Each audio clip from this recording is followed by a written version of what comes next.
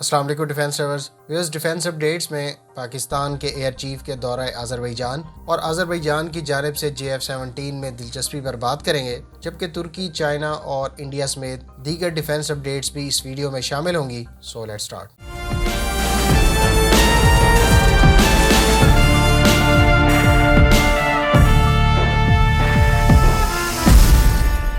Friends, if you are our subscriber from abroad, then you are requested to please subscribe our dedicated defense channel in English language. So don't forget to subscribe Defense 360 in order to stay up to date with the latest defense happenings around the globe.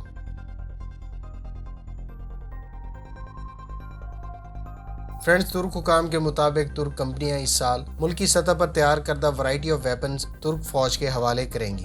ترکی کے تیار کردہ ان weapons میں سے کچھ export customers کو بھی deliver کیے جائیں گے۔ ان ویپنز میں قابل ذکر اکینسی ڈرون، T-129 اٹیک ہیلی کاپٹر کا اپ گریڈڈ ورژن اور دیگر ویپنز اور سسٹمز شامل ہیں۔ ترک ڈیفنس انڈسٹری سیکریٹریٹ کے چیئرپرسن اسماعیل دیمر کے مطابق 2021 میں ترک آرمڈ فورسز کو نئے Akinci unmanned combat air vehicle deliver کیے جائیں گے۔ اکینسی ڈرون کے علاوہ اس سال Aksungur medium altitude long endurance drone کی سیریل پروڈکشن بھی شروع کر دی جائے گی۔ ڈرونز کی ڈیلیوریز اور سیریل پروڈکشن کے ساتھ ساتھ T-129 tactical reconnaissance and attack helicopter یعنی اٹک کے اپ گریڈڈ ورژن کی ڈیلیوریز بھی اس سال عمل میں لائی جائیں گی۔ یاد رہے کہ ترک T-129 اٹیک کے اپ گریڈڈ ورژن میں اضافی الیکٹرانک وارفیئر سسٹم جیسا کہ laser range warning receiver, radio frequency jammer, radar warning system اور الٹرا ہائی فریکوینسی ریڈیو شامل ہیں۔ یہ اپ گریڈڈ اٹک ہیلی کاپٹر پاکستان کو بھی ڈیلیور ہو سکتا ہے، لیکن یہ اس بات پر منحصر ہے کہ یا تو امریکہ انجن لائسنس ایشو کر دے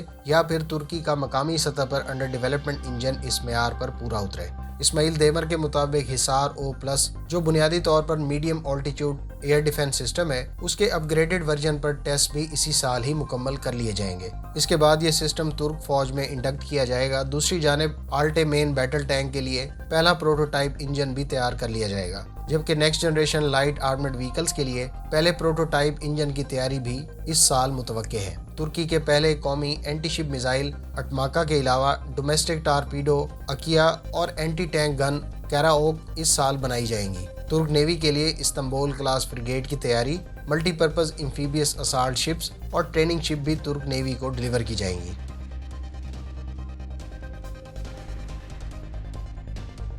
فرینڈز، چین نے اپنے J-20 اسٹیلتھ ایئر کرافٹ کی فرسٹ فلائٹ کے 10 سال پورے ہونے سے ایک روز پہلے ایوک نے ایک ویڈیو ریلیز کی ہے جس میں J-20 کے ٹوین سیٹ ویریئنٹ کو دکھایا گیا ہے۔ کمپیوٹر جنریٹڈ امیجری میں 4 ٹوین سیٹ J-20 طیارے دکھائے گئے ہیں۔ اس کے علاوہ ایک اور ویڈیو میں مقامی سطح پر تیار کردہ انجن سے اکوپڈ J-20 بھی دیکھنے کو ملا ہے۔ یاد رہے کہ J-20 کا twin seat version electronic warfare, wingman drones کی کمانڈ اور بومبنگ مشنز میں استعمال میں لایا جا سکے گا۔ دوسری جانب ڈومیسٹک انجن سے یہ بات واضح ہوتی ہے کہ چین اب اپنے لیڈنگ فائٹر ایئر کرافٹ کے انجن کو لے کر روس پر ڈیپینڈنٹ نہیں رہے گا۔ گو کہ میڈیا میں ٹوین سیٹ J-20 کے بارے میں کچھ سالوں سے اسپیکولیشنز جاری تھیں، تاہم پہلی مرتبہ آفیشیل پروموشنل ویڈیو میں اس کو دکھایا گیا ہے۔ اگر یہ ورژن تیار کر لیا گیا ہے تو اس صورت میں J-20 دنیا کا پہلا twin seat 5th generation aircraft ہوگا۔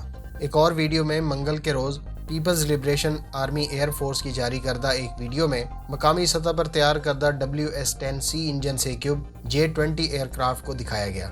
اس ویڈیو میں پیپلز لبریشن ایئر فورس کی جانب سے یہ بھی کنفرم کیا گیا ہے کہ WS-10C انجن سے اکوپڈ J-20 سروس میں موجود ہے۔ اسٹیلتھ سلائر سے لیس WS-10C کے بارے میں کہا گیا ہے کہ یہ انجن رشین انجن سے زیادہ تھرسٹ رکھتا ہے کیونکہ اس انجن میں full authority digital engine control technology اور بہتر آفٹر برنرز کا استعمال کیا گیا ہے۔ تاہم حکام کا کہنا تھا کہ WS-10C سے ایئر کرافٹ کی میس پروڈکشن یقینی بنے گی، البتہ آنے والے عرصے میں اس ایئر کرافٹ کو زیادہ پاورفل WS-15 انجن سے اکوپ کیا جائے گا۔ ویورز، اگر آپ J-20 کی ڈیولپمنٹ ہسٹری، دیگر معلومات، سسٹمز اور ویپنز کے بارے میں مزید تفصیلات جاننا چاہتے ہیں تو ڈیٹیل ویڈیو کا لنک ڈسکرپشن میں موجود ہے۔